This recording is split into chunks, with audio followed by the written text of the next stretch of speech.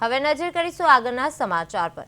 રાજકોટના જંગલેશ્વર ડિમોલેશન કેસમાં એક તરફ તંત્ર ડિમોલેશનની વિડીયોગ્રાફી અને કેમેરાના કામ માટે ₹24 લાખનું બિલ ચૂકવ્યું છે, ત્યારે બીજી તરફ ગ્રાઉન્ડ પર કામ કરનારા કેમેરામેનનો દાવો છે કે તેમને તો માત્ર ₹2000 જ આપવામાં આવ્યા હતા।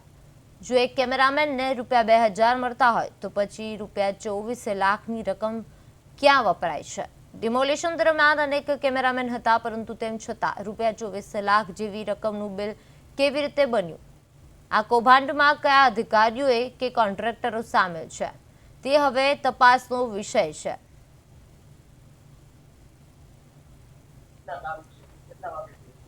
સવારે 10 વાગે જેસીબી આવ્યા, પછી ડિમોલેશન ચાલુ થયું, સાંજે 4:30-5 પૂરું થઈ ગયું।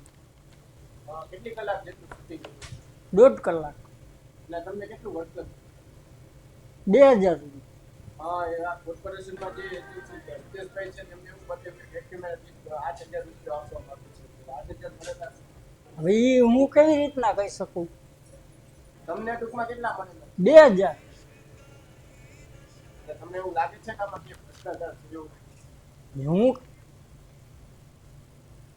હવે વાત કરીશું ખેડાની। ખેડા જિલ્લાના મહુધા તાલુકાના હેરંજ ગામના નાનાપરા વિસ્તારમાં લગભગ 150 જેટલા લોકો ઘણા વર્ષોથી વસવાટ કરે છે, છતાં છેલ્લા 40 વર્ષથી પાકો રોડ બન્યો નથી।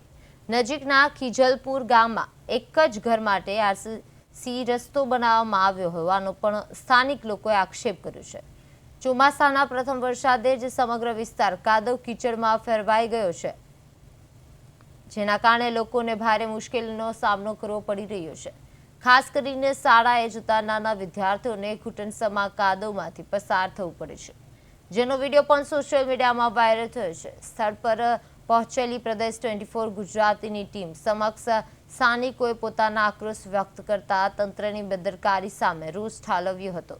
વારંવાર રજૂઆતો કરવા છતાં સમસ્યાનો ઉકેલ ન આવતા સ્થાનિકોમાં ભારે નારાજગી જોવા મળી રહી છે। તે જ્યારે ચોમાસું બેસે છે ત્યારે અહીંયાથી 1.5 કિલોમીટર જેટલો રસ્તો જે છે તે અમારાથી જઈ નથી શકાતું। આ નાના નાના બાળકો પણ નથી જઈ શકતા, કાદવ કીચડ હોઈ શકે છે, અને જ્યારે વધારે વરસાદ પડે તો એવી પરિસ્થિતિ થઈ જાય છે જે બહાર નથી નીકળી શકાતું।